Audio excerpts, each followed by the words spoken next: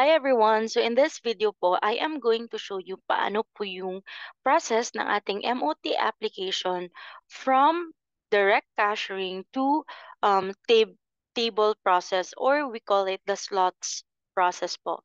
So yung table slots natin, yun po yung process kung saan nakikita natin yung naka-tabular format.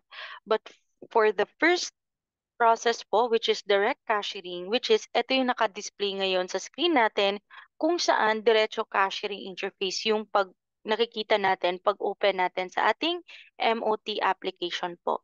So the first step para magawa natin, makabalik tayo doon sa slotting tabular formatting natin, tap lang natin yung 3-line icon po, and then tap nyo lang po yung nasa ilalim, pinakailalim po, switch to slots po.